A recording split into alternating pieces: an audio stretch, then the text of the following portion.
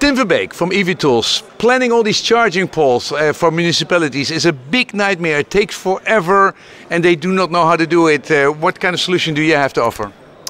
Well, we're a software company that offers these CPOs and municipalities to efficiently do that. And it's like a cooperation tool. People can enter and they can plan together the network. And it fastens the rollout process with at least 8 to 10 weeks.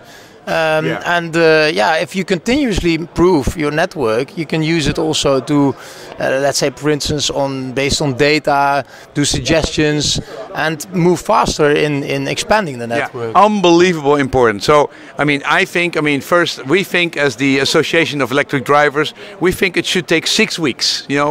3 months is also good, but 6 weeks is perfect, but 3 months. If I ask as a citizen for a charging station, if it's there 3 months, I'm very happy.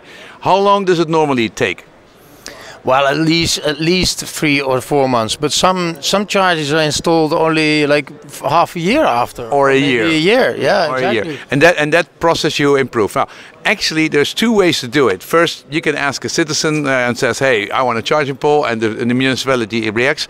But it's so much better if they first make a plan and saying every 300 meter we have a potential place for a charging pole, and then they plan it. Is that also what does that way of working what your software supports? This is exactly what we do. So the first step is always planning. Make a plan together with CPO to have a network for the future that you can easily roll out afterwards. Then it goes, secondly it goes into a workflow tool. Again, and then if you have that planning, you can have the political process to approve it for the whole plan. So that's also, there's a legal point there as well, because you have to single out those places where you can charge out of the regular parking lots, especially for charging. Well, that's also a process that normally costs 8 weeks. This is also done in one step with our system. Well, after that it goes into the workflow, and this is also, I think, an asset of the system is that during the process of expanding in the workflow, you can give each other suggestions like, hey, you're waiting, why you have a workflow of, let's say, 10 charges that you still have to handle, and everybody has its role in this system, and by that, it's just a serious planning tool. Charging poles is not an afterthought. It's not something you do with an Excel. You need to seriously plan it. Is that prohibitive expensive? No, it costs. We have a license for, let's say, 3 accounts for only 1,250 euros a year. So 100 euros a month, a municipality can plan most of the charging poles. And unless you're a big city, you need a little bit more. But it doesn't cost any money. It doesn't cost any money. It's really cheap. There's always some support from consultants needed in the beforehand. So this is to start up the whole process. Exactly. So, but otherwise you have screaming people. People are extremely disappointed. You don't make your things. Okay. When did you start this company?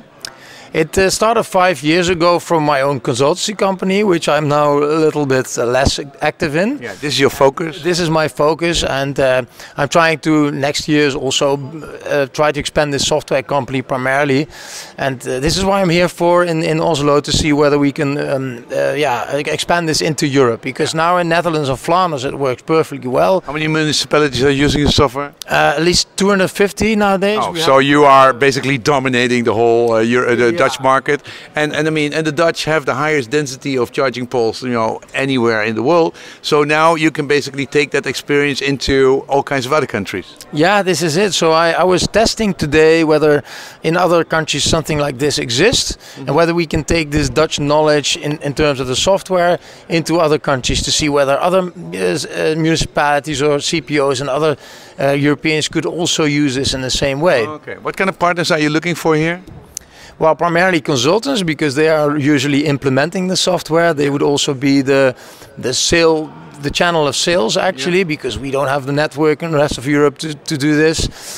Secondary is obviously the CPO. So there are bigger CPOs that work all over Europe that might also have some experience with our software in the Netherlands and Flanders, and they tend to think, well, if it works here in the biggest, fastest moving market in Europe, it might also work in the rest of our countries where we're expanding. So we try to expand along with them, with our clients. Yeah. That's a traditional way. And how is the reception be for your product? It was great. I think that there were even cities that said, well, tomorrow you're welcome to show your software. Okay. And I said, let's plan that, but also I need some people from your country to assist with this, because it's not just about like explaining the software. Is Holland really weird how we are with municipalities? Are we very special, or is it working everywhere the same? It works exactly the same everywhere. Okay. The only thing is that what I've seen is that